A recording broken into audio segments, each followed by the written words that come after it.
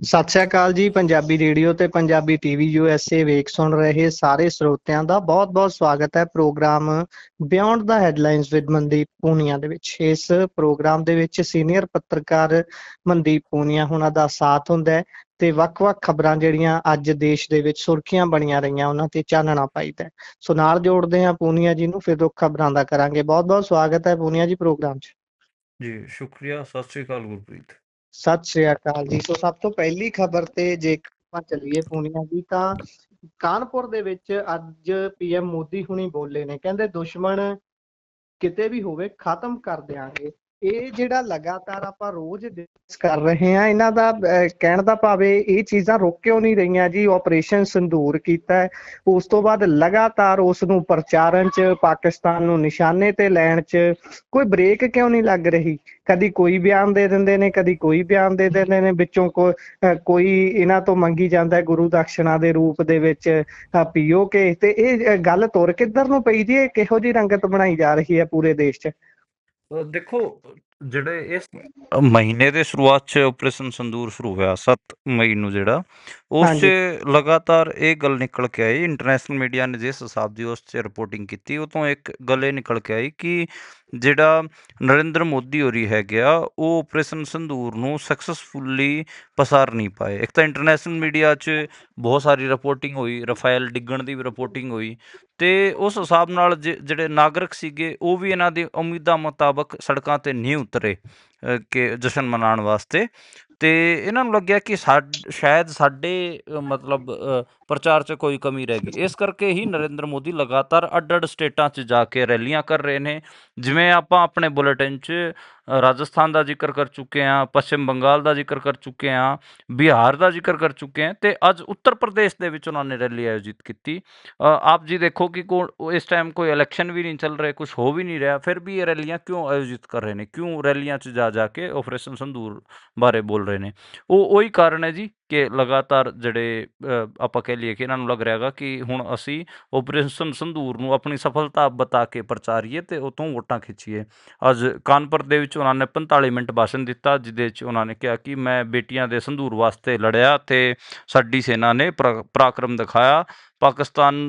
ਪਾਕਿਸਤਾਨੀਆਂ ਨੂੰ ਗੜਗੜਾ ਕੇ ਯੁੱਧ ਰੋਕਣ ਦੀ ਮੰਗ ਕਰਨ ਤੇ ਮਜਬੂਰ ਕਰ ਦਿੱਤਾ ਹੈ। ਹੁਣ ਮਤਲਬ ਆਪਾਂ ਨੂੰ ਪਤਾ ਹੈ ਕਿ ਜਦੋਂ ਸੀਜ਼ ਫਾਇਰ ਲੱਗਿਆ ਉਦੋਂ ਕਿਸ ਕਿਸਮ ਦੀ ਰਿਪੋਰਟਿੰਗ ਇੰਟਰਨੈਸ਼ਨਲ ਮੀਡੀਆ ਨੇ ਕੀਤੀ ਸੀਗੀ, ਪਰ ਅੱਜ ਦੇ ਟਾਈਮ ਤਾਂ ਇਹ ਪ੍ਰਚਾਰ ਰਹੇ ਨੇ ਕਿ ਪਾਕਿਸਤਾਨ ਤਾਂ ਇਹਨਾਂ ਦੇ ਪੈਰਾਂ 'ਚ ਆ ਕੇ ਗਿਰ ਗਿਆ ਸੀਗਾ ਕਿ ਬਾਈ ਯੁੱਧ ਰੋਕ ਦਿਓ। ਇਸ ਕਿਸਮ ਦਾ ਪ੍ਰਚਾਰ ਇਹ ਲਗਾਤਾਰ ਕਰ ਰਹੇ ਨੇ। ਤੇ ਅੱਜ ਇਹ ਜਿਹੜਾ ਕਾਨਪੁਰ ਦਾ ਸ਼ੁਭਮ ਦਵੇਦੀ ਸੀ, ਉਹਦੇ ਪਰਿਵਾਰ ਨਾਲ ਵੀ ਮੁਲਾਕਾਤ ਕੀਤੀ, ਜਿਹੜਾ ਪਹਿਲਗਾਮ ਉਸ ਦਹਿਸ਼ਤਗਰਦੀ ਅਟੈਕ 'ਚ ਮਾਰਿਆ ਗਿਆ ਸੀਗਾ। ਉਹਦੇ ਪਤਨੀ ਨਾਲ ਵੀ, ਉਹਨਾਂ ਦੇ ਪਿਤਾ ਨਾਲ ਵੀ, ਮਾਂ ਨਾਲ ਵੀ ਮੁਲਾਕਾਤ ਕੀਤੀ ਹੈਗੀ ਆ। ਆਪਾਂ ਨੂੰ ਬਿਹਾਰ ਦਾ ਵੀ ਪਤਾ ਹੈ, ਬਿਹਾਰ ਦੇ ਵਿੱਚ ਵੀ ਉਹ ਸੀਗੇ, ਤੇ ਬਿਹਾਰ ਦੇ ਵਿੱਚ ਵੀ ਪਟਨਾ ਅਤੇ ਸਾਸਾਰਾਮ ਦੇ ਵਿੱਚ ਉਹਨਾਂ ਨੇ ਰੈਲੀਆਂ ਆਯੋਜਿਤ ਕੀਤੀਆਂ। ਉਹਦੇ 'ਚ ਜਿਹੜੇ ਨਿਤੀਸ਼ ਕੁਮਾਰ ਹੈਗਾ ਉਹ ਵੀ ਮੌਜੂਦ ਰਹੇ, ਤੇ ਉੱਥੇ ਵੀ ਉਹਨਾਂ ਨੇ ਇਸ ਆਪਰੇਸ਼ਨ ਸੰਦੂਰ ਬਾਰੇ ਆਪਣੀ ਗੱਲ ਰੱਖੀ। ਯਾਨੀ ਕਿ ਹਿੰਦੀ ਪੱਟੀ ਨੂੰ ਉਹ ਲਗਾਤਾਰ ਟਾਰਗੇਟ ਕਰ ਰਹੇ ਨੇ। ਅੱਡ-ਅੱਡ ਥਾਵਾਂ 'ਤੇ ਜਾ ਕੇ ਉਹ ਰੈਲੀਆਂ ਆਯੋਜਿਤ ਕਰ ਰਹੇ ਨੇ ਤੇ ਉੱਥੇ ਜਾ ਕੇ ਲੋਕਾਂ ਨੂੰ ਦੱਸ ਰਹੇ ਨੇ ਕਿ ਅਸੀਂ ਕਿਵੇਂ ਪਾਕਿਸਤਾਨ ਨੂੰ ਮਜਬੂਰ ਕੀਤਾ ਗੜਗੜਾਉਣ ਵਾਸਤੇ, ਅਸੀਂ ਉਹਨੂੰ ਕੁੱਟਿਆ। ਇਸ ਕਿਸਮ ਦਾ ਪ੍ਰਚਾਰ ਉਹ ਲਗਾਤਾਰ ਕਰ ਰਹੇ ਨੇ ਜੀ। ਤੇ ਉਹੀ ਉਹਦਾ ਕਾਰਨ ਮੈਨੂੰ ਲੱਗਦਾ ਗਾ ਕਿ ਇਹ ਇਸ ਟਾਈਮ ਤਾਂ ਕੁਛ ਹੈ ਵੀ ਨਹੀਂ। ਸ਼ਾਇਦ ਆਪਰੇਸ਼ਨ ਸੰਦੂਰ ਨੂੰ ਆਪਣਾ ਕੋਈ ਨਿੱਜੀ ਆਪਰੇਸ਼ਨ ਦੱਸ ਕੇ ਉਹ ਤੋਂ ਆਪਣੀ ਪਾਪੂਲਰਿਟੀ ਵਾਸਤੇ, ਵੋਟਾਂ ਖਿੱਚਣ ਵਾਸਤੇ ਸਾਰਾ ਕੁਝ ਕੀਤਾ ਜਾ ਰਿਹਾ ਹੈਗਾ। ਜੀ, ਜੇ ਇਹ ਜਿੱਦਾਂ ਇਹਨਾਂ ਨੇ ਕਿਹਾ ਸੀ ਕਿ ਆਪਰੇਸ਼ਨ ਸਿੰਦੂਰ ਹਾਲੇ ਖਤਮ ਨਹੀਂ ਹੋਇਆ, ਇਹਨਾਂ ਦੇ ਕਹਿਣ ਦਾ ਬਿਲਕੁਲ ਸਹੀ ਗੱਲ ਸੀ। ਇਹ ਆਪਰੇਸ਼ਨ ਸਿੰਦੂਰ ਖਤਮ ਨਹੀਂ ਹੋਇਆ, ਹੁਣ ਉਸ ਨੂੰ ਪ੍ਰਚਾਰਨ ਦਾ ਜਿਹੜਾ ਇਹਨਾਂ ਦਾ ਅਗਲਾ ਕਹਿ ਲਈਏ ਵੀ ਸਟੇਜ ਹੈ ਉਹ ਸ਼ੁਰੂ ਹੋ ਗਈ ਹੈ। ਹੁਣ ਉਸ ਸਟੇਜ ਤੇ ਕੰਮ ਕਰ ਰਹੇ ਨੇ। ਪਰ ਬਿਲਕੁਲ ਇਸ ਦੇ ਉਲਟ ਜਦੋਂ ਕਾਂਗਰਸ ਦੀ ਗੱਲ ਸੁਣਦੇ ਆ, ਉਹ ਤਾਂ ਕਹਿੰਦੇ ਨੇ ਵੀ ਜਿਹੜਾ ਕੇਂਦਰ ਦੀ ਨੀਤੀ ਹੈ, ਖਾਸ ਤੌਰ ਤੇ ਵਿਦੇਸ਼ ਨੀਤੀ, ਉਹ ਹਰੇਕ ਪਾਸਿਓਂ ਕਹਿੰਦੇ ਫੇਲ ਹੋ ਗਈ ਹੈ। ਪਾਕਿਸਤਾਨ ਨਾਲ ਇੰਨੇ ਦੇਸ਼ ਖੜੇ, ਪਰ ਭਾਰਤ ਨਾਲ ਕੋਈ ਵੀ ਨਹੀਂ ਖੜਿਆ। ਇਹ ਗੱਲ 'ਚ ਕਿੰਨਾ ਕੁ ਤਰਕ ਹੈ ਜੋ ਇਹ ਕਾਂਗਰਸ ਵਾਲੇ ਆਖ ਰਹੇ? ਕਾਂਗਰਸ ਦੀ ਨੀਂਦ ਬਹੁਤ ਲੇਟ ਟੁੱਟੀ ਹੈ ਜੀ। ਜਦੋਂ ਇਹ ਸਾਰਾ ਆਪਰੇਸ਼ਨ ਸੰਦੂਰ ਵਾਲਾ ਮਾਮਲਾ ਚੱਲ ਰਿਹਾ ਸੀ, ਉਦੋਂ ਕਾਂਗਰਸ ਜਮਾਂ ਨਰਿੰਦਰ ਮੋਦੀ ਦੇ ਪਿਛਲੱਗੂ ਬਣੀ ਹੋਈ ਸੀ ਤੇ ਕਹਿ ਰਹੀ ਸੀਗੀ ਕਿ ਜੋ ਕੁਛ ਨਰਿੰਦਰ ਮੋਦੀ ਕਰ ਰਹੇ ਨੇ ਉਹ ਠੀਕ ਕਰ ਰਹੇ ਨੇ।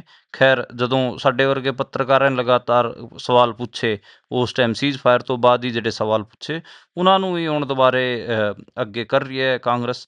ਇਹ ਜਿਹੜੇ ਸਵਾਲ ਨੇ, ਜਿਵੇਂ ਕਿ ਇੰਡੀਆ ਦੀ ਜਿਹੜੀ ਫੋਰਨ ਪਾਲਿਸੀ ਸੀਗੀ, ਉਹਦੇ ਬਾਰੇ ਆਪਾਂ ਆਪਣੇ ਬੁਲੇਟਿਨ 'ਚ ਗੱਲ ਕਰਦੇ ਰਹੇ ਹਾਂ। ਸੀਜ਼ ਫਾਇਰ ਹੋਇਆ ਉਦੋਂ ਵੀ ਆਪਾਂ ਇਹ ਗੱਲ ਕਹੀ ਸੀਗੀ ਕਿ ਪਾਕਿਸਤਾਨ ਨੇ 36 ਮੁਲਕਾਂ ਦਾ, ਤਕਰੀਬਨ 3 ਦਰਜਨ ਮੁਲਕਾਂ ਦਾ ਧੰਨਵਾਦ ਕੀਤਾ ਸੀਗਾ ਤੇ ਇੰਡੀਆ ਨੇ ਕਿਸੇ ਵੀ ਮੁਲਕ ਦਾ ਧੰਨਵਾਦ ਨਹੀਂ ਕੀਤਾ। ਈਵਨ ਇੰਡੀਆ ਜਦੋਂ IMF 'ਚ ਪਾਕਿਸਤਾਨ ਦਾ ਕੇਸ ਗਿਆ, ਇੰਡੀਆ ਵੋਕਆਊਟ ਕਰ ਗਿਆ ਵੋਟਿੰਗ ਤੋਂ, ਲੇਕਿਨ ਇੰਡੀਆ ਦਾ ਸਪੋਰਟ ਕਿਸੇ ਵੀ ਮੁਲਕ ਨੇ ਨਹੀਂ ਕੀਤਾ। ਉਹੀ ਗੱਲ ਆਪਾਂ ਲਗਾਤਾਰ ਉਸ ਟਾਈਮ ਵੀ ਬੋਲ ਰਹੇ ਸੀ, ਸੈਂਸਿਟਿਵ ਮਾਹੌਲ ਸੀ, ਫਿਰ ਵੀ ਅਸੀਂ, ਕਿਉਂਕਿ ਸਾਡਾ ਤਾਂ ਕੰਮ ਪੱਤਰਕਾਰਤਾ ਦਾ ਹੈਗਾ, ਅਸੀਂ ਕਿਸੇ ਨੇਸ਼ਨ ਸਟੇਟ ਜਾਂ ਫਿਰ ਕਿਸੇ ਆਗੂ ਦੀ ਬੜਾਈ ਕਰਨ ਵਾਲੇ ਨਹੀਂ ਹੈਗੇ, ਮਤਲਬ ਮਾਊਥ ਪੀਸ ਨਹੀਂ ਹੈਗੇ ਆ ਨਰਿੰਦਰ ਮੋਦੀ ਜਾਂ BJP ਦੇ। ਇਸ ਕਰਕੇ ਅਸੀਂ ਤਾਂ ਉਸ ਟਾਈਮ ਵੀ ਸਵਾਲ ਚੁੱਕ ਰਹੇ ਸੀਗੇ ਕਿ ਇਹ ਫੋਰਨ ਪਾਲਿਸੀ 'ਚ ਗੜਬੜ ਹੈ। ਕਿੰਨੇ ਮੁਲਕ ਲਗਾਤਾਰ ਓਫੀਸ਼ੀਅਲੀ ਪਾਕਿਸਤਾਨ ਨੂੰ ਸਪੋਰਟ ਕਰ ਰਹੇ ਸੀ। ਚਾਈਨਾ ਨੇ ਓਫੀਸ਼ੀਅਲ ਸਟੇਟਮੈਂਟ ਦਿੱਤੀ, ਆਪਾਂ ਨੂੰ ਪਤਾ। ਟਰਕੀ ਨੇ ਡਰੋਨ ਭੇਜੇ, ਅਜ਼ਰਬੇਜਾਨ, ਕਿੰਨੇ ਖਾੜੀ ਦੇ ਜਿੰਨੇ ਵੀ ਮੁਲਕ ਸੀਗੇ, ਸਾਊਦੀ ਅਰਬ ਵਗੈਰਾ, ਇਹ ਸਾਰੇ ਪਾਕਿਸਤਾਨ ਨਾਲ ਖੜੇ ਸੀਗੇ, ਇੰਡੀਆ ਨਾਲ ਕੋਈ ਵੀ ਨਹੀਂ ਖੜਿਆ ਹੋਇਆ। ਤੇ ਸਵਾਲ ਸੀਰੀਅਸ ਸਵਾਲ ਸੀਗੇ। ਤੇ ਇਸ ਕਰਕੇ ਈਵਨ ਰਸੀਆ ਨੇ ਵੀ, ਜਿਵੇਂ ਪਹਿਲਾਂ ਰੂਸ ਇਹ ਮੰਨਿਆ ਜਾਂਦਾ ਸੀਗਾ ਕਿ ਇੰਡੀਆ ਦਾ ਫਰੈਂਡ ਸੀਗਾ, ਰਸੀਆ ਨੇ ਵੀ ਹੁਣ ਇੱਕ MOU ਸਾਈਨ ਕੀਤਾ ਹੈ ਜੀ ਪਾਕਿਸਤਾਨ ਨਾਲ, ਤਕਰੀਬਨ 21,660 ਕਰੋੜ ਰੁਪਏ ਦਾ। ਤੇ ਵੱਡਾ ਇੱਕ MOU ਹੈ ਜੀ। ਤੁਸੀਂ ਆਪ ਲਾਓ ਹਿਸਾਬ ਕਿਤਾਬ ਕਿ ਜਦੋਂ ਰਸੀਆ ਜਿਹੜਾ ਕਦੇ ਆਪਣਾ ਆੜੀ ਹੁੰਦਾ ਸੀ, ਆਪਣਾ ਫਰੈਂਡ ਹੁੰਦਾ ਸੀ ਇੰਡੀਆ ਵਾਲਿਆਂ ਦਾ, ਉਹ ਅੱਜ ਦੇ ਟਾਈਮ ਪਾਕਿਸਤਾਨ ਨਾਲ MOU ਸਾਈਨ ਕਰ ਰਿਹਾ ਹੈਗਾ। ਯਾਨੀ ਕਿ ਬੇਸਿਕਲੀ ਜਿਹੜੀ ਇੰਡੀਆ ਦੀ ਫੋਰਨ ਪਾਲਿਸੀ ਹੈ, ਖਾਸ ਕਰ ਆਪਰੇਸ਼ਨ ਸੰਦੂਰ ਦੇ ਆਲੇ ਦੁਆਲੇ, ਉਹ ਫੇਲ ਹੋਈ ਹੈ।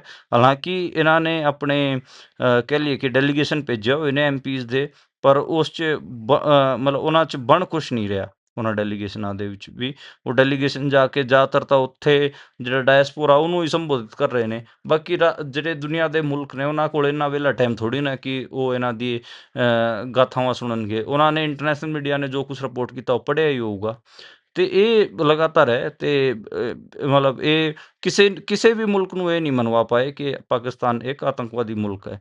ਤੇ ਮਤਲਬ ਇਹ ਇਹਨਾਂ ਦੀ ਮਤਲਬ ਆਪ ਲਾ ਲਓ ਕਿ ਪ੍ਰਚਾਰ ਇੱਥੇ ਇਹ ਕਰਦੇ ਨੇ ਕਿ ਪਾਕਿਸਤਾਨ ਤਾਂ ਆਤੰਕਵਾਦੀ ਮੁਲਕ ਹੈ, ਇੰਟਰਨੈਸ਼ਨਲ ਕਮਿਊਨਿਟੀ ਤਾਂ ਮੰਨਦੀ ਨਹੀਂ।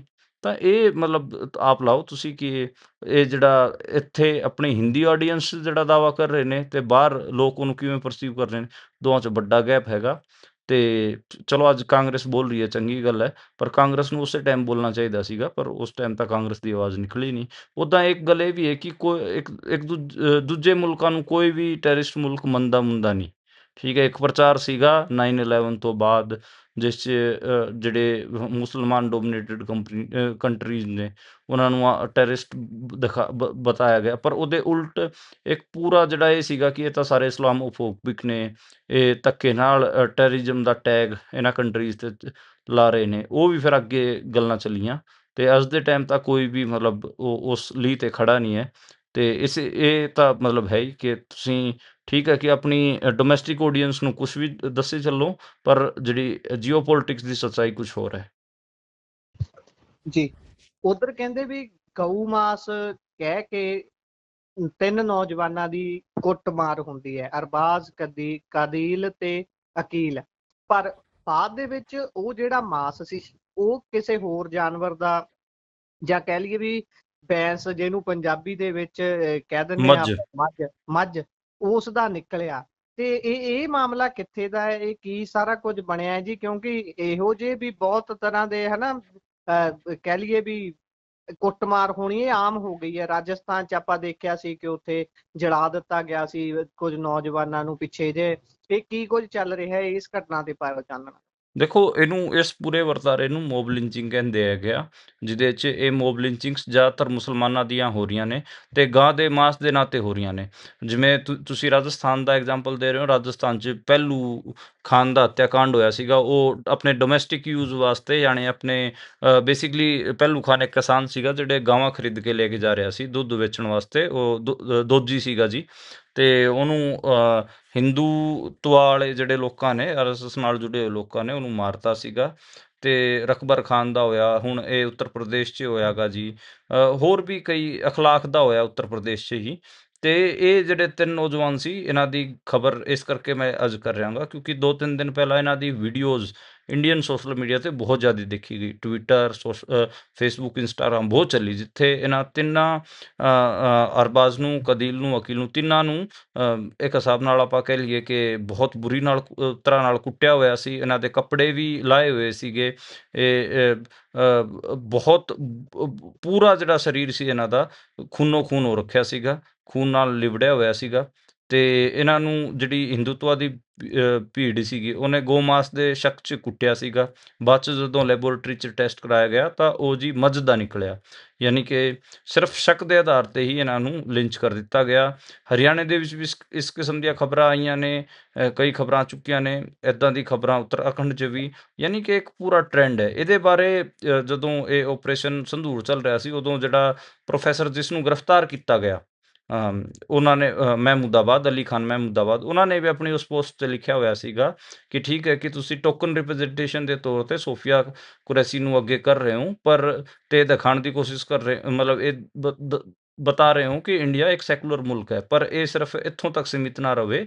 ਇਸ ਮੁਲਕ 'ਚ ਜਿਹੜੇ ਮੁਸਲਮਾਨਾਂ ਦੀਆਂ ਮੋਬ ਲਿੰਚਿੰਗ ਹੁੰਦੀਆਂ ਨੇ ਗਾਮਾਸ ਦੇ ਤੌਰ ਦਾ ਨਾਂ ਲੈ ਕੇ, ਉਹ ਵੀ ਬੰਦ ਹੋਣੀਆਂ ਚਾਹੀਦੀਆਂ, ਪਰ ਇਹ ਤਾਂ ਰੁਕ ਨਹੀਂ ਰਹੀਆਂ ਜੀ। ਮੈਨੂੰ ਲੱਗਦਾ ਗਾ ਕਿ ਇਹਨਾਂ ਮਾਮਲਿਆਂ 'ਚ ਹੋਣਾ ਕੁਛ ਨਹੀਂ। ਜਿਨ੍ਹਾਂ ਲੋਕਾਂ ਨੂੰ ਫੜਿਆ ਵੀ ਜਾਊਗਾ, ਬਾਅਦ 'ਚ ਉਹਨਾਂ ਨੂੰ 1-2 ਮਹੀਨੇ ਬਾਅਦ ਛੱਡ ਦਿੱਤਾ ਜਾਊਗਾ, ਪਰ ਉਹਨਾਂ ਦਾ ਜਿੰਨਾ ਬੁਰਾ ਹਾਲ ਬਣਾਇਆ, ਮਤਲਬ ਮੁਸਲਮਾਨਾਂ ਦੇ ਹਿਊਮਨ ਰਾਈਟਸ ਦਾ ਜਿਹੜਾ ਵਾਇਲੇਸ਼ਨ ਹੈਗਾ ਜੀ, ਉਹ ਤਾਂ ਨੈਕਸਟ ਲੈਵਲ 'ਤੇ ਪਹੁੰਚਿਆ ਹੋਇਆ ਹੈਗਾ, ਖਾਸ ਕਰ ਹਿੰਦੀ ਪੱਟੀ ਦੇ ਵਿੱਚ। ਤੇ ਮੈਨੂੰ ਲੱਗਦਾ ਗਾ ਕਿ ਜਿਹੜਾ ਇਹ ਪੂਰਾ ਮੋਬ ਲਿੰਚਿੰਗ ਦਾ ਫੈਨੋਮੈਨਾ ਗਾ, ਇਹਦੇ ਬਾਰੇ ਜਿਹੜਾ ਅਮਰੀਕਨ ਸੋਸਾਇਟੀ ਹੈ ਉਹ ਵੀ ਜਾਣੂ ਰਹੀ ਹੈ, ਕਿਉਂਕਿ ਇੱਥੇ ਦੇਖਿਆ ਗਿਆ ਕਿ ਕਿਸੇ ਟਾਈਮ 18th ਸੈਂਚੁਰੀ ਜਦੋਂ ਸੀਗੀ, ਉਦੋਂ ਜੀ ਬਲੈਕਸ ਦੀ ਜਿਹੜੀ ਮੋਬ ਲਿੰਚਿੰਗ ਕੀਤੀ ਜਾਂਦੀ ਸੀਗੀ, ਉਸ ਤੋਂ ਬਾਅਦ ਹੀ ਮੋਬ ਲਿੰਚਿੰਗ ਨੂੰ ਡਿਫਾਈਨ ਕੀਤਾ ਗਿਆ। ਮੋਬ ਲਿੰਚਿੰਗ ਨੂੰ ਡਿਫਾਈਨ ਕੀਤਾ ਗਿਆ ਕਿ ਜਿਸ ਇਹਨੂੰ ਉੱਦਾਂ ਤਾਂ ਰਫ ਜਸਟਿਸ ਕਹਿੰਦੇ ਆ, ਜਦੋਂ ਇੱਕ ਭੀੜ ਕਿਸੇ ਦੂਜੇ ਨਸਲ ਦੇ ਬੰਦੇ ਨੂੰ ਆਪਣਾ ਦੁਸ਼ਮਣ ਮੰਨ ਕੇ ਕੁੱਟ-ਕੁੱਟ ਕੇ ਮਾਰ ਦਿੰਦੀ ਹੈ, ਉਹਨੂੰ ਮੋਬ ਲਿੰਚਿੰਗ ਕਹਿੰਦੇ ਆ। ਤਾਂ ਇਹ ਜਿਹੜੇ ਰਫ ਜਸਟਿਸ ਦੀਆਂ ਘਟਨਾਵਾਂ ਨੇ, ਇਹ ਚੋਰਾਂ ਨਾਲ ਵੀ ਵਾਪਰਦੀਆਂ ਰਹੀਆਂ ਨੇ, ਤੇ ਮਾਈਨੋਰਟੀਜ਼ ਨੂੰ ਵੀ ਅਟੈਕ ਤੇ ਲਿਆ ਜਾਂਦਾ ਗਾ। ਕਈ ਥਾਵਾਂ ਤੇ ਮਹਿਲਾਵਾਂ ਨਾਲ ਵੀ ਵਾਪਰਦੀਆਂ ਨੇ, ਉਹਨਾਂ ਨੂੰ ਚੁੜੈਲ ਜਾਂ ਡਾਇਨ ਕਹਿ ਕੇ ਵੀ ਮਾਰਿਆ ਜਾਂਦਾ ਗਾ। ਕਈ ਥਾਵਾਂ ਤੇ ਕਾਸਟ ਵਾਲਾ ਵੀ ਮਾਮਲਾ ਹੁੰਦਾ ਗਾ। ਤੇ ਹੁਣ ਇਹ ਜਿਹੜਾ ਮਾਈਨੋਰਟੀਜ਼ ਨਾਲ ਜਿਹੜਾ ਹੋ ਰਿਹਾ ਗਾ, 84 ਦੇ ਵਿੱਚ ਵੀ ਆਪਾਂ ਦੇਖਿਆ ਸੀਗਾ ਕਿ ਕਿਸ ਕਿਸਮ ਨਾਲ ਸਿੱਖਾਂ ਦੀ ਮੋਬ ਲਿੰਚਿੰਗ ਹੋਈ ਸੀਗੀ। ਜਿਹੜੀ ਹਿੰਦੂ ਮੋਬ ਸੀ, ਉਹਨਾਂ ਨੇ ਕਿਵੇਂ ਸਿੱਖਾਂ ਨੂੰ ਟਾਰਗੇਟ ਕਰ ਕਰਕੇ ਮਾਰਿਆ ਸੀਗਾ। ਤੇ ਇਹ ਉਸੇ ਮਤਲਬ ਆਪਾਂ ਕਹਿ ਲਈਏ ਉਸੇ ਦੀ ਐਕਸਟੈਂਸ਼ਨ ਇਹਨੂੰ ਤੁਸੀਂ ਕਹਿ ਸਕਦੇ ਹੋ ਕਿ ਹੁਣ ਗਾਂ ਦੇ ਮਾਸ ਦੇ ਨਾਂ ਤੇ ਮੁਸਲਿਮ ਮਾਈਨੋਰਟੀਜ਼ ਨੂੰ ਕੁੱਟਿਆ ਪਿੱਟਿਆ ਜਾ ਰਿਹਾ ਜੀ। ਜੀ ਸੋ ਅੱਗੇ ਜੇਕਰ ਚੱਲੀਏ ਤਾਂ ਦੇਸ਼ ਦੇ ਵਿੱਚ ਕਰੋਨਾ ਦੇ ਮਾਮਲੇ 1800 ਤੋਂ ਪਾਰ ਹੋ ਚੁੱਕੇ ਨੇ, ਤੇ ਹੋਰ ਕੀ ਸ਼ੰਕੇ ਜਤਾਏ ਜਾ ਰਹੇ ਨੇ ਇਸ ਨੂੰ ਲੈ ਕੇ? ਦੇਖੋ, ਇਸ ਟਾਈਮ ਜਿਹੜਾ ਲਗਾਤਾਰ ਇੱਕ ਮਤਲਬ ਆਪਾਂ ਕਹਿ ਲਈਏ ਕਿ ਖਤਰਾ ਬਣ ਰਿਹਾ ਹੈਗਾ ਏਸ਼ੀਅਨ ਕੰਟਰੀਜ਼ ਵਾਸਤੇ, ਉਹ ਕਰੋਨਾ ਦਾ ਹੈਗਾ। ਮਤਲਬ ਇੰਡੀਆ ਦੇ ਵਿੱਚ ਉਸ ਹਿਸਾਬ ਨਾਲ ਜਿਹੜੇ ਐਕਟਿਵ ਕੇਸ ਨੇ ਉਹ ਉਨੇ ਜ਼ਿਆਦਾ ਨੰਬਰਾਂ 'ਚ ਨਹੀਂ ਦਿਖ ਰਹੇ। ਜਿਵੇਂ ਅੱਜ ਜਿਹੜਾ ਡੇਟਾ ਸੀਗਾ ਉਹ 1828 ਕੇਸ ਦੱਸ ਰਿਹਾ ਸੀਗਾ, ਤੇ ਤਕਰੀਬਨ 15 ਮੌਤਾਂ ਦੱਸ ਰਿਹਾ ਸੀਗਾ ਕਰੋਨਾ 'ਚ। ਪਰ ਮੈਨੂੰ ਲੱਗਦਾ ਹੈ ਇਹ ਤੋਂ ਵੀ ਡੂੰਘਾ ਹੈਗਾ, ਕਿਉਂਕਿ ਹਜੇ ਇੰਨੀ ਟੈਸਟਿੰਗ ਨਹੀਂ ਹੋਣ ਲੱਗੀ। ਜਦੋਂ ਇਹਦੀ ਟੈਸਟਿੰਗ ਹੋਣ ਲੱਗੂਗੀ, ਉਸ ਦਿਨ ਮੈਨੂੰ ਲੱਗਦਾ ਗਾ ਕਿ ਹੋਰ ਵੀ ਇਹਦੇ 'ਚ ਹੋਰ ਖੁਲਾਸੇ ਹੋਣਗੇ। ਹਰਿਆਣੇ ਦੇ ਵਿੱਚ ਜਿਵੇਂ ਮੈਂ ਦੱਸ ਰਿਹਾ ਸੀਗਾ ਕਿ 2 ਜ਼ਿਲ੍ਹੇ ਹੈਗੇ ਆ, ਗੁੜਗਾਉਂ ਅਤੇ ਫਰੀਦਾਬਾਦ। ਤੇ ਅੱਜ ਦਿੱਲੀ ਦੇ ਵਿੱਚ ਵੀ ਆਪਾਂ ਨੂੰ ਜ਼ਿਆਦਾ ਕੇਸ ਦੇਖਣ ਨੂੰ ਮਿਲੇ ਹੈਗੇ। ਦਿੱਲੀ ਦੇ ਵਿੱਚ ਤਕਰੀਬਨ 123 ਕੇਸ ਕਰੋਨਾ ਦੇ ਦੇਖਣ ਨੂੰ ਮਿਲੇ ਨੇ। ਪੰਜਾਬ 'ਚ ਉਹ ਇੱਕੋ ਕੇਸ ਆਇਆ ਸੀਗਾ ਜਿਹਦੇ ਬਾਰੇ ਆਪਾਂ ਗੱਲ ਕਰ ਚੁੱਕੇ ਹਾਂ।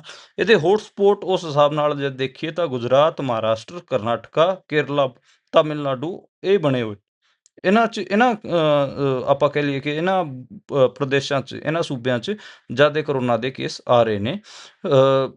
ਇਹ ਅੱਡ-ਅੱਡ ਡਾਕਟਰ, ਅੱਡ-ਅੱਡ ਸਾਇੰਟਿਸਟ ਇਹ ਕਹਿ ਚੁੱਕੇ ਨੇ ਕਿ ਇਹ ਵੇਰੀਐਂਟ ਤਕਰੀਬਨ 28-29 ਦਿਨ ਰਹਿ ਸਕਦਾ ਗਾ। ਤੇ ਬਾਕੀ ਦੇਖਦੇ ਹਾਂ ਕਿ ਇਸ 'ਚ ਹੁੰਦਾ ਕੀ ਹੈ, ਅੱਗੇ ਬਣਦਾ ਕੀ ਹੈ। ਪਰ ਉਹ ਇਸ ਲਹਿਰ ਨੂੰ ਉਨਾ ਖਤਰਨਾਕ ਮੰਨਿਆ ਨਹੀਂ ਜਾ ਰਿਹਾ। ਤੇ ਇਹਨੂੰ ਕਿਹਾ ਜਾ ਰਿਹਾਗਾ ਕਿ ਇਹਨੂੰ ਮਤਲਬ ਨਜਿੱਠ ਲਿਆ ਜਾਊਗਾ। ਪਰ ਇਸ ਲਹਿਰ 'ਚ ਇੱਕੋ ਇੱਕ ਮੈਨੂੰ ਥੋੜਾ ਸ਼ੰਕਾ ਲੱਗਦੀ ਹੈਗੀ ਆ। ਕਈ ਸਾਇੰਟਿਸਟ ਇਹ ਕਹਿ ਰਹੇ ਨੇ ਕਿ ਕੋਰੋਨਾ ਦੀ ਜਿਹੜੀ ਇਹ ਲਹਿਰ ਆਊਗੀ, ਇਹ ਜਿਹੜੇ ਵੇਰੀਐਂਟ ਨੇ, ਇਹਨਾਂ 'ਚ ਜਿਹੜੀ ਕੋਰੋਨਾ ਦੀ ਵੈਕਸੀਨ ਹਜੇ ਤੱਕ ਬਣੀ ਹੋਈ ਹੈ, ਉਹ ਕੋਈ ਕਾਰਗਰ ਸਾਬਤ ਨਹੀਂ ਹੋਊਗੀ। ਜੇ ਕਾਰਗਰ ਸਾਬਤ ਨਹੀਂ ਹੋਊਗੀ ਤੇ ਜੇ ਇਹਦਾ ਸਕੇਲ ਥੋੜਾ ਵੱਧ ਗਿਆ, ਫਿਰ ਮੈਨੂੰ ਲੱਗਦਾ ਗਾ ਕਿ ਜਿਹੜੇ ਲੋਕਾਂ ਦੀ ਇਮਿਊਨਿਟੀ ਕਮਜ਼ੋਰ ਹੈ, ਉਹਨਾਂ ਨੂੰ ਦਿੱਕਤਾਂ ਦਾ ਸਾਹਮਣਾ ਕਰਨਾ ਪੈ ਸਕਦਾ ਹੈਗਾ। ਜੀ, ਸੋ ਜੇਕਰ ਅੱਗੇ ਚੱਲੀਏ ਤਾਂ ਉਧਰ ਹਰਿਆਣਾ ਦੇ ਜਿਹੜੇ ਸੀਐਮ ਨੇ, ਕਹਿੰਦੇ ਉਹਨਾਂ ਦਾ ਘਰ ਤੇ ਦਫ਼ਤਰ ਦੋਨਾਂ ਨੂੰ ਉਡਾਉਣ ਦੀ ਧਮਕੀ ਆਈ ਹੈ। ਹਾਂਜੀ, ਇੱਕ ਫਿਆਦੀਨ ਅਟੈਕ ਦੀ ਧਮਕੀ ਮਿਲੀ ਸੀਗੀ, ਈਮੇਲ ਕੀਤਾ ਗਿਆ ਸੀ ਹਰਿਆਣੇ ਦੇ ਮੁੱਖ ਮੰਤਰੀ ਦੇ ਆਵਾਸ ਨੂੰ, ਅਤੇ ਜਿਹੜੇ ਹਰਿਆਣਾ ਦਾ ਸੈਕਟਰੀਏਟ ਹੈ ਉਹਨੂੰ ਫਿਆਦੀਨ ਅਟੈਕ 'ਚ ਅੜਾਉਣ ਦੀ ਗੱਲ ਆਈ ਸੀਗੀ, ਜਿਸ ਕਰਕੇ ਇਹ ਸਾਰਾ ਕੁਝ ਹੋਇਆਗਾ। CID ਦੇ ਜਿਹੜੇ ਸੀਨੀਅਰ ਅਧਿਕਾਰੀ ਨੇ, ਉਹਨਾਂ ਨੂੰ ਮੇਲ ਭੇਜਿਆ ਗਿਆ ਸੀਗਾ, ਤੇ ਦੋਵੇਂ ਥਾਵਾਂ ਤੇ ਫਿਆਦੀਨ ਅਟੈਕ ਦੀ ਗੱਲ ਸੀ। ਇਸ ਕਰਕੇ ਹੀ CM ਆਵਾਸ ਨੂੰ, ਹਰਿਆਣੇ ਦੇ CM ਆਵਾਸ ਨੂੰ ਤੇ ਹਰਿਆਣਾ ਸੈਕਟਰੀਏਟ ਨੂੰ, ਦੋਵਾਂ ਨੂੰ ਖਾਲੀ ਕਰਾਇਆ ਗਿਆ। ਅਨਾਊਂਸਮੈਂਟ ਕੀਤੀ ਗਈ ਤੇ ਬਿਲਡਿੰਗ ਖਾਲੀ ਕਰਾਈਆਂ ਗਈਆਂ। ਉਹ ਸਾਰੇ ਜਿਹੜੇ ਕਰਮਚਾਰੀ ਸੀਗੇ, ਉਹਨਾਂ ਨੂੰ ਫਲੋਰ ਤੇ ਨਾ ਰਹਿਣ ਦੇ ਹੁਕਮ ਸੀਗੇ। ਡੋਗ ਸਕੁਐਡ ਅਤੇ ਜਿਹੜੇ ਬੰਬ ਨੂੰ ਡਿਫਿਊਜ਼ ਕਰਨ ਵਾਲੇ ਮਹਿਕਮਾ ਹੁੰਦਾ, ਉਹਨਾਂ ਨੇ ਸਰਚ ਓਪਰੇਸ਼ਨ ਚਲਾਇਆ। ਮਤਲਬ ਹਜੇ ਤੱਕ ਤਾਂ ਇਹ ਹੈ ਕਿ ਕਿਸੇ ਵੀ ਕਿਸਮ ਦਾ ਕੁਝ ਮਿਲਿਆ ਨਹੀਂ, ਪਰ ਇੱਕ ਵਾਰ ਵਾਸਤੇ ਦੁਬਾਰੇ ਤੋਂ ਚੀਜ਼ਾਂ ਨੋਰਮਲ ਹੋ ਚੁੱਕੀਆਂ ਨੇ, ਚੀਜ਼ਾਂ ਰਿਜ਼ਿਊਮ ਹੋ ਚੁੱਕੀਆਂ ਨੇ। ਸਾਰੇ ਜਿਹੜੇ ਕਰਮਚਾਰੀ ਸੀਗੇ ਦੋਵਾਂ ਬਿਲਡਿੰਗਸ 'ਚ ਵਾਪਸ ਜਾ ਚੁੱਕੇ ਨੇ। ਤੇ ਇਹ ਹੈਗਾ ਜੀ। ਅੱਜ ਮਤਲਬ ਜਿਵੇਂ ਇਹ ਤਾਂ ਇੱਧਰ ਹੋ ਗਿਆ, ਇਸ ਕਿਸਮ ਦੀ ਜਿਹੜੀ ਖਬਰ ਸੀਗੀ ਉਹ ਲੁਧਿਆਣੇ ਵਾਸਤੇ ਵੀ ਆਈ ਸੀਗੀ, ਗੁੜਗਾਉਂ ਵਾਸਤੇ ਆ ਚੁੱਕੀ ਹੈਗੀ ਆ, ਫਤਿਆਬਾਦ ਵਾਸਤੇ ਵੀ ਆ ਚੁੱਕੀ ਹੈਗੀ ਆ। ਉੱਥੇ RDX ਅਟੈਕ ਦੀ ਗੱਲ ਕਹੀ ਜਾ ਚੁੱਕੀ ਹੈਗੀ ਆ। 22 ਮਈ ਨੂੰ ਪੰਜਾਬ ਹਰਿਆਣਾ ਹਾਈ ਕੋਰਟ ਨੂੰ ਵੀ ਉਡਾਉਣ ਦੀ ਧਮਕੀ ਆਈ ਸੀਗੀ ਜੀ। ਜੈਪੁਰ ਦੇ ਵਿੱਚ ਵੀ ਅੱਜ ਮੈਟਰੋ ਸਟੇਸ਼ਨ ਦੋ ਅਤੇ ਜਿਹੜਾ ਕੋਰਟ ਹੈ, ਹਾਈ ਕੋਰਟ ਹੈ ਰਾਜਸਥਾਨ ਦਾ, ਉਹਦੇ ਵਿੱਚ ਵੀ ਬੰਬ ਬਲਾਸਟ ਦੀ ਧਮਕੀ ਮਿਲੀ ਸੀਗੀ। ਮੇਲ 'ਚ 3 ID ਧਮਾਕੇ ਹੋਣ ਦੀ ਗੱਲ ਕਹੀ ਗਈ ਸੀਗੀ। ਜਿਹੜਾ ਕੋਰਟ ਰੂਮ ਵੀ ਖਾਲੀ ਕਰਾਇਆ ਗਿਆ, ਫਿਰ ਉਹ ਮੈਟਰੋ ਸਟੇਸ਼ਨ ਵੀ ਬੰਦ ਕੀਤਾ ਗਿਆ। ਯਾਨੀ ਕਿ ਇਹ ਜਿਹੜਾ ਪਿਛਲੇ ਆਪਾਂ ਕਈ ਦਿਨਾਂ ਤੋਂ ਦੇਖ ਰਹੇ ਹਾਂ, ਤੇ ਇਹ ਸਾਰੇ ਜਿਹੜੇ CID ਦੇ ਸੀਨੀਅਰ ਅਧਿਕਾਰੀ ਹੁੰਦੇ ਆ, ਉਹਨਾਂ ਨੂੰ ਇਸ ਕਿਸਮ ਦੇ ਮੇਲਸ ਆ ਰਹੇ ਨੇ। ਤੇ ਚਿੰਤਾ ਦਾ ਵਿਸ਼ੇ ਤਾਂ ਹੈ ਹੀ, ਕਿਉਂਕਿ ਇਹ ਲੋਕਾਂ ਦੀ ਸਿਕਿਉਰਿਟੀ ਨਾਲ ਜੁੜਿਆ ਹੋਇਆ ਗਾ। ਤੇ ਲਗਾਤਾਰ ਜਿਹੜੀ ATS ਹੋ ਗਿਆ, ਐਂਟੀ ਟੈਰਰਿਸਟ ਸਕੁਐਡ ਹੋ ਗਿਆ, ਬੰਬ ਨੂੰ ਡਿਫਿਊਜ਼ ਕਰਨ ਵਾਲੀ ਟੀਮ ਹੋ ਗਈ, ਉਹ ਸਾਰੀਆਂ ਲੱਗੀਆਂ ਹੋਈਆਂ ਨੇ ਤੇ ਕੋਸ਼ਿਸ਼ ਕਰ ਰਹੀਆਂ ਨੇ ਕਿ ਕਿਸੇ ਦਾ ਜਾਨ ਜਾਂ ਮਾਲ ਦਾ ਨੁਕਸਾਨ ਨਾ ਹੋਵੇ। ਜੀ, ਸੋ ਉਧਰ ਉਸ ਅਭਿਆਨ ਦਾ ਕੀ ਬਣਿਆ ਜੀ, ਜਿਹੜਾ ਕਹਿੰਦੇ ਵੀ ਸਿੰਧੂਰ, ਆਪਰੇਸ਼ਨ ਸਿੰਧੂਰ ਨੂੰ ਲੈ ਕੇ ਪੈਦਲ ਚੱਲਣਗੇ ਭਾਜਪਾ ਦੇ ਆਗੂ, ਤੇ ਉਹ ਕਦੋਂ ਤੋਂ ਸ਼ੁਰੂ ਹੋ ਰਿਹਾ ਹੈ ਤੇ ਹੋਰ ਅਪਡੇਟਸ ਉਹਦੇ ਵਿੱਚ ਕੀ ਨੇ? ਹਾਂਜੀ, ਉਹ 9 ਜੂਨ ਤੋਂ ਸ਼ੁਰੂ ਹੋਣ ਜਾ ਰਿਹਾ ਹੈਗਾ। ਉਹ ਅੱਜ BJP ਨੇ ਉਹਦੇ 'ਚ ਕੁਛ ਚੀਜ਼ਾਂ ਜਾਰੀਆਂ ਕੀਤੀਆਂ ਨੇ। ਉਹਨਾਂ ਨੇ ਇਹ BJP ਪੈਂਫਲੇਟ ਵੀ ਵੰਡੂਗੀ, ਤੇ 15-20 ਕਿਲੋਮੀਟਰ ਹਰ ਰੋਜ਼ ਜਿਹੜੇ BJP ਦੇ ਸਾਂਸਦ ਹੋਣਗੇ, MLAs ਹੋਣਗੇ, ਉਹ ਪੈਦਲ ਚੱਲ ਕੇ ਲੋਕਾਂ ਤੱਕ ਜਾਣਗੇ, ਸੰਦੂਰ ਵੀ ਵੰਡਣਗੇ, ਉਹ ਪੈਂਫਲੇਟ ਵੀ ਵੰਡਣਗੇ, ਤੇ ਅੱਡ-ਅੱਡ ਥਾਵਾਂ 'ਤੇ ਉਹ ਮੀਟਿੰਗਸ ਕਰਨਗੇ। ਪਿੰਡਾਂ 'ਚ ਵੀ ਪ੍ਰੈਸ ਕਾਨਫਰੰਸਾਂ ਕਰਨਗੇ, ਪ੍ਰੋਫੈਸ਼ਨਲਸ ਨਾਲ ਵੀ ਮੁਲਾਕਾਤ ਕਰਨਗੇ, ਯਾਨੀ ਕਿ ਕਰਮਚਾਰੀਆਂ ਨਾਲ। ਤੇ ਪੰਚਾਇਤਾਂ ਦੇ ਵਿੱਚ, ਸੱਥਾਂ ਦੇ ਵਿੱਚ ਇਹ ਸਾਰੇ ਜਾਣਗੇ। ਉਹ ਉੱਥੇ ਸਕੂਲਾਂ ਦੇ ਵਿੱਚ ਵੀ ਜਾਣਗੇ, ਪ੍ਰਦਰਸ਼ਨੀ ਵੀ ਲਾਈ ਜਾਊਗੀ, ਤੇ ਇਸ ਕਿਸਮ ਦੀਆਂ ਚੀਜ਼ਾਂ ਕਰੀਆਂ ਜਾਣਗੀਆਂ, ਯਾਨੀ ਕਿ ਇੱਕ ਮੇਲੇ ਵਰਗਾ ਮਾਹੌਲ ਬਣਾ ਦਿੱਤਾ ਜਾਊਗਾ। ਇਹ ਹਜੇ ਜੀ ਇਹਦੇ 'ਚ ਜਾਣਕਾਰੀ ਨਿਕਲ ਕੇ ਸਾਹਮਣੇ ਆ ਰਹੀ ਹੈ। ਜੀ, ਉਧਰ ਕਹਿੰਦੇ ਪੰਜਾਬ ਦੇ ਵਿੱਚ ਇੱਕ ਗੈਰ ਕਾਨੂੰਨੀ ਢੰਗ ਦੇ ਨਾਲ ਪਟਾਕਾ ਫੈਕਟਰੀ ਚਲਾਈ ਜਾ ਰਹੀ ਸੀ, ਉਸ 'ਚ ਧਮਾਕਾ ਹੋਇਆ, ਜਾਨੀ ਮਾਲੀ ਨੁਕਸਾਨ ਹੋਇਆ ਕੋਈ ਜੀ, ਜਾਂ ਬਚਾਅ ਹੈ? ਨਹੀਂ, ਕੋਈ ਬਚਾ ਨਹੀਂ ਜੀ। ਬਹੁਤ ਬੁਰਾ ਧਮਾਕਾ ਸੀਗਾ। ਤਕਰੀਬਨ 5 ਲੋਕਾਂ ਦੀ ਮੌਤ ਹੋ ਚੁੱਕੀ ਹੈਗੀ ਆ। ਇਸ ਚੀਜ਼ ਦੀ ਕਨਫਰਮੇਸ਼ਨ ਮੁਕਤਸਰ ਦੇ ਪ੍ਰਸ਼ਾਸਨ ਵੱਲੋਂ ਦਿੱਤੀ ਜਾ ਚੁੱਕੀ ਹੈਗੀ ਆ। ਸ੍ਰੀ ਮੁਕਤਸਰ ਸਾਹਿਬ ਦੇ ਵਿੱਚ ਇਹ ਪਟਾਕਾ ਫੈਕਟਰੀ ਸੀਗੀ, ਜਿਹਦੇ 'ਚ ਬਲਾਸਟ ਹੋਇਆ ਗਾ ਜੀ। ਹਜੇ ਤੱਕ 29 ਜਿਹੜੇ ਵਰਕਰ ਨੇ, ਉਹ ਮਲਬੇ 'ਚ ਦਬੇ ਹੋਏ ਨੇ, ਉਹਨਾਂ ਨੂੰ ਕੱਢਣ ਦਾ ਕੰਮ ਕੀਤਾ ਜਾ ਰਿਹਾ ਗਾ। ਤਕਰੀਬਨ 40 EMPLOYEES ਦੱਸੇ ਜਾ ਰਹੇ ਸੀ ਕਿ ਇਸ 'ਚ ਸੀਗੇ। 5 ਲੋਕਾਂ ਦੀ ਹਜੇ ਤੱਕ ਡੈਥ ਹੋ ਚੁੱਕੀ ਹੈ। ਕੈਮੀਕਲ ਅਤੇ ਜਿਹੜਾ ਬਰੂਦ ਸੀਗਾ, ਉਹਦਾ ਕੁਛ ਚੱਕਰ ਪਿਆ ਗਾ ਜੀ, ਇਸ ਕਰਕੇ ਧਮਾਕਾ ਹੋਇਆ ਗਾ। ਜਿਹੜੀ ਇਹ ਬਿਲਡਿੰਗ ਸੀਗੀ, ਇਹ ਇਮਾਰਤ ਸੀਗੀ ਫੈਕਟਰੀ ਦੀ, ਇਹ ਸਾਰੀ ਡਹਿ ਚੁੱਕੀ ਹੈਗੀ ਆ, ਤੇ ਲੋਕਾਂ ਨੂੰ ਉਸ ਸਟਰਕਚਰ ਤੋਂ ਬਾਹਰ ਕੱਢਿਆ ਜਾ ਰਿਹਾ ਗਾ। ਜਿਹੜੇ 5 ਲੋਕਾਂ ਦੀ ਡੈਥ ਹੋਈ ਹੈ, ਉਹ ਤਾਂ ਜੀ ਮਤਲਬ ਮੌਕੇ 'ਤੇ ਹੀ ਮਰ ਗਏ ਸੀਗੇ। ਤੇ ਇਹ ਜਿਹੜੇ 29 ਹਸਪਤਾਲ 'ਚ ਭਰਤੀ ਨੇ, ਇਹਨਾਂ 'ਚ ਵੀ 2-3 ਜਾਣਿਆਂ ਦੀ ਜਿਹੜੀ ਆਪਾਂ ਕਹਿ ਲਈਏ ਕਿ ਹਾਲਤ ਹੈ, ਉਹ ਖਾਸੀ ਗੰਭੀਰ ਹੈਗੀ ਆ।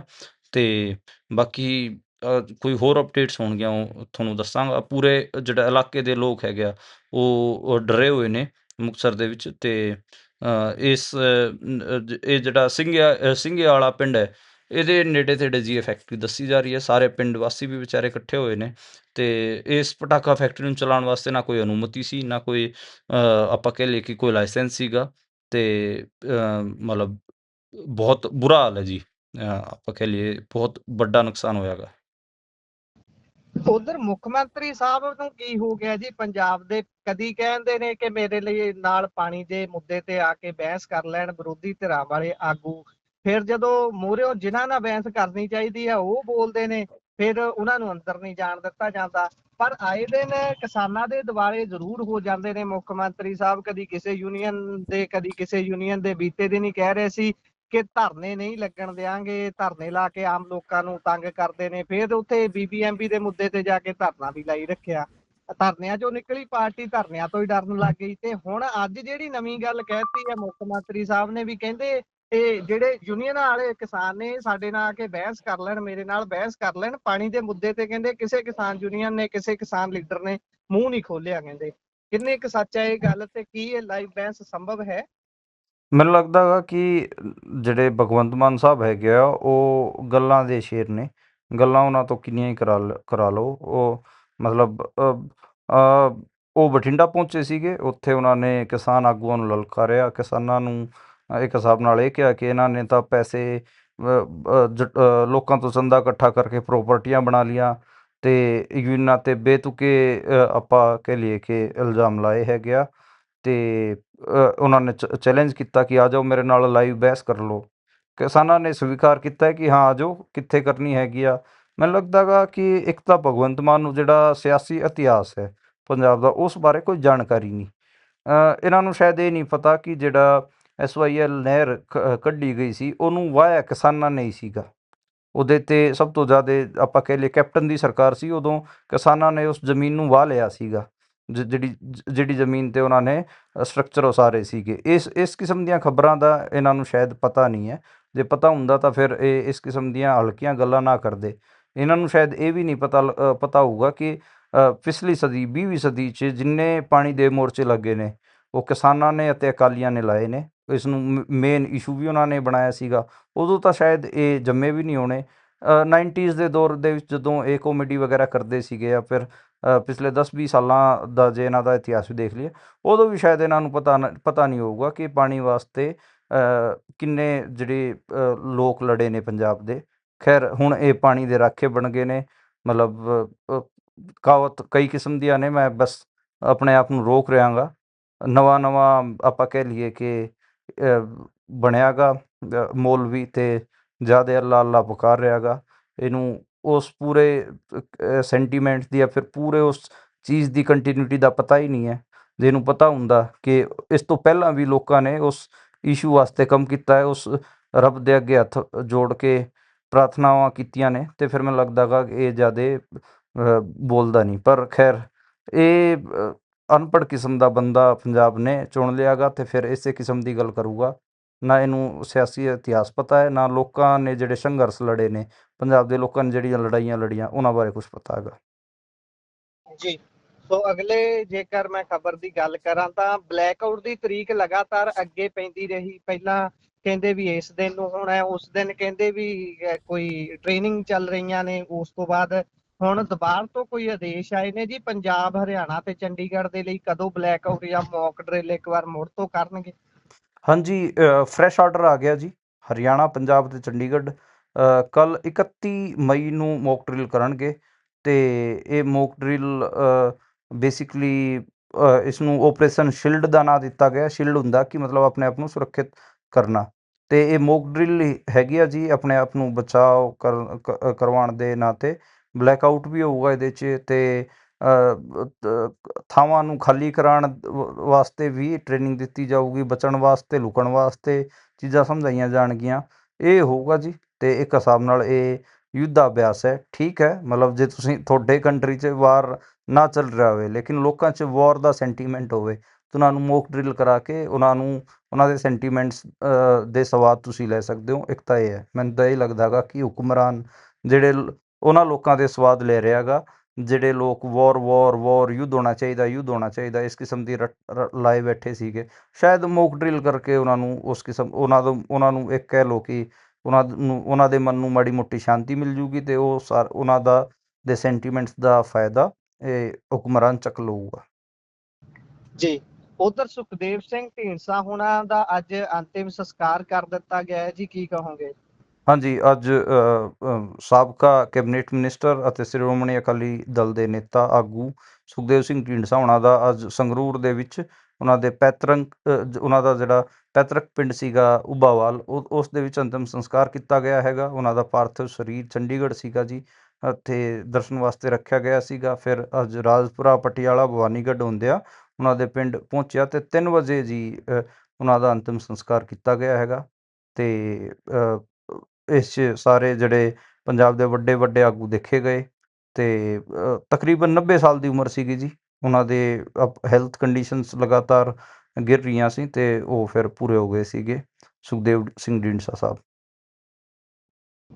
ਅੰਤ 'ਚ ਪੰਜਾਬ ਦੇ ਮੌਜੂਦਾ ਮੌਸਮ ਦੀ ਹਾਲਤ ਤੇ ਪਾ ਦਿਓ ਚਾਨਣਾ ਜੀ, ਕਿਵੇਂ ਦਾ ਰਿਹਾ ਹੈ ਪਿੱਛੇ ਮੌਸਮ ਤੇ ਆਉਣ ਵਾਲੇ ਸਮੇਂ ਦੀ ਕੀ ਪੇਸ਼ੀਨਗੋਈ ਹੈ? ਪੰਜਾਬ ਦੇ 20 ਜ਼ਿਲ੍ਹਿਆਂ ਦੇ ਵਿੱਚ ਹਨੇਰੀ ਅਤੇ ਬਰਖਾ ਦੀ ਚੇਤਾਵਨੀ ਦਿੱਤੀ ਗਈ ਹੈ। ਅਲਰਟ ਜਾਰੀ ਕੀਤਾ ਗਿਆ ਹੈਗਾ। 5 ਦਿਨ ਤੱਕ ਇਸ ਕਿਸਮ ਦਾ ਆਪਾਂ ਕਹਿ ਲਈਏ ਕਿ ਅਲਰਟ ਜਾਰੀ ਕੀਤਾ ਰਹੂਗਾ। 10 ਜ਼ਿਲ੍ਹਿਆਂ ਦੇ ਵਿੱਚ ਜਿਹੜਾ ਟੈਂਪਰੇਚਰ ਸੀਗਾ ਉਹ 40 ਤੋਂ ਉੱਤੇ ਰਿਹਾ, ਯਾਨੀ ਕਿ ਗਰਮੀ ਵਧੀ ਹੈਗੀ ਆ। ਫਿਰ ਦੁਬਾਰੇ ਤੋਂ ਮਾਲਵੇ ਦੀ ਰਾਜਧਾਨੀ ਬਠਿੰਡਾ ਗਰਮ ਹੁੰਦੀ ਆਪਾਂ ਨੂੰ ਦੇਖਣ ਨੂੰ ਮਿਲੀ ਹੈਗੀ ਆ। ਬਠਿੰਡੇ ਦਾ ਟੈਂਪਰੇਚਰ ਵੀ ਬਹੁਤ ਜ਼ਿਆਦਾ ਸੀਗਾ, ਸਭ ਤੋਂ ਜ਼ਿਆਦਾ ਗਰਮ ਸੀਗਾ। ਪਾਰਾ ਤਕਰੀਬਨ 44 ਡਿਗਰੀ ਰਿਹਾ, 44.3 ਡਿਗਰੀ ਸੈਲਸੀਅਸ ਰਿਹਾ ਹੈਗਾ ਜੀ, ਅਤੇ ਉੱਥੇ ਸਭ ਤੋਂ ਜ਼ਿਆਦਾ ਗਰਮੀ ਸੀਗੀ। ਬਾਕੀ ਕਈ ਥਾਵਾਂ 'ਤੇ ਜਿੱਥੇ ਹਨੇਰੀ ਵਗੈਰਾ ਚੱਲ ਰਹੀ ਸੀ, ਹਲਕੀ ਬੂੰਦਾਬਾਂਦੀ ਹੋਈ, ਉੱਥੇ ਟੈਂਪਰੇਚਰ ਥੋੜ੍ਹਾ ਜਿਹਾ ਡਾਊਨ ਰਿਹਾ ਹੈਗਾ। ਚੰਡੀਗੜ੍ਹ ਦੇ ਆਲੇ ਦੁਆਲੇ ਕੁਝ ਥਾਵਾਂ 'ਤੇ ਬੂੰਦਾਬਾਂਦੀ ਹੋਈ ਹੈ ਅਤੇ ਇਸ ਕਰਕੇ ਅੱਜ ਟੈਂਪਰੇਚਰ ਡਾਊਨ ਸੀਗਾ। ਬਾਕੀ ਜਿਹੜੇ ਜ਼ਿਲ੍ਹਿਆਂ ਨੇ 40 ਡਿਗਰੀ ਦਾ ਟੈਂਪਰੇਚਰ ਪਾਰ ਕੀਤਾ ਉਹਨਾਂ 'ਚ ਅੰਮ੍ਰਿਤਸਰ, ਲੁਧਿਆਣਾ, ਪਟਿਆਲਾ, ਫਰੀਦਕੋਟ, ਬਠਿੰਡਾ ਜਿੱਥੇ ਸਭ ਤੋਂ ਜ਼ਿਆਦਾ 44 ਡਿਗਰੀ, ਫਿਰੋਜ਼ਪੁਰ ਅਤੇ ਮੋਗਾ, ਸੰਗਰੂਰ, ਇਹ ਇੱਦਾਂ ਦੇ ਜ਼ਿਲ੍ਹੇ ਸੀ ਜਿੱਥੇ 40 ਤੋਂ ਜ਼ਿਆਦਾ ਡਿਗਰੀ ਤੋਂ ਜ਼ਿਆਦਾ ਟੈਂਪਰੇਚਰ ਰਿਹਾ। ਅਗਲੇ 5 ਦਿਨ ਲਗਾਤਾਰ ਆਪਾਂ ਨੂੰ ਹਨੇਰੀ ਦੀਆਂ ਖਬਰਾਂ ਵੀ ਦੇਖਣ ਨੂੰ ਮਿਲਣਗੀਆਂ। ਯੈਲੋ ਅਲਰਟ ਹੈਗਾ ਜੀ। ਬਾਕੀ ਬਹੁਤ ਸਾਰੀਆਂ ਥਾਵਾਂ 'ਤੇ ਬਰਖਾ ਵੀ ਹੋਊਗੀ ਅਤੇ ਇਹ ਪੰਜਾਬ ਦਾ ਟੈਂਪਰੇਚਰ ਅਗਲੇ ਕੁਛ ਦਿਨ ਪੰਜਾਬ ਦਾ ਮੌਸਮ ਅਗਲੇ ਕੁਛ ਦਿਨ ਇਸ ਕਿਸਮ ਦਾ ਰਹੂਗਾ ਜੀ। ਸੋ ਇਸੇ ਦੇ ਨਾਲ ਪ੍ਰੋਗਰਾਮ ਦਾ ਸਮਾਂ ਇੱਥੇ ਸਮਾਪਤ ਹੁੰਦਾ ਹੈ। ਸੋ ਪੁਨੀਆ ਜੀ, ਤੁਸੀਂ ਜੁੜੇ ਜਾਣਕਾਰੀਆਂ ਸਾਂਝੀਆਂ ਕੀਤੀਆਂ, ਬਹੁਤ ਬਹੁਤ ਧੰਨਵਾਦ ਜੀ। ਸ਼ੁਕਰੀਆ, ਸਤਿ ਸ਼੍ਰੀ ਅਕਾਲ। ਸੋ ਇਹ ਸਨ ਸਾਡੇ ਨਾਲ ਮਨਦੀਪ ਪੁਨੀਆ ਜੀ, ਵੱਖ-ਵੱਖ ਖਬਰਾਂ ਦੀ ਸਾਂਝ ਤੁਹਾਡੇ ਨਾਲ ਪਾਈ ਹੈ। ਕਿਵੇਂ ਲੱਗਿਆ ਤੁਹਾਨੂੰ ਪ੍ਰੋਗਰਾਮ? ਆਪਣੇ ਵਿਚਾਰ ਰਾਏ ਟਿੱਪਣੀਆਂ ਤੁਸੀਂ ਜ਼ਰੂਰ ਸਾਂਝੇ ਕਰਿਓ। ਜੁੜੇ ਰਹੋ ਪੰਜਾਬੀ ਰੇਡੀਓ ਤੇ ਪੰਜਾਬੀ ਟੀਵੀ USA ਦੇ ਨਾਲ, ਕਿਉਂਕਿ ਪ੍ਰੋਗਰਾਮਾਂ ਦੀ ਲਗਾਤਾਰਤਾ ਬਰਕਰਾਰ ਰਹੇਗੀ। ਜੋ ਇਜਾਜ਼ਤ, ਧੰਨਵਾਦ, ਸਤਿ ਸ਼੍ਰੀ ਅਕਾਲ।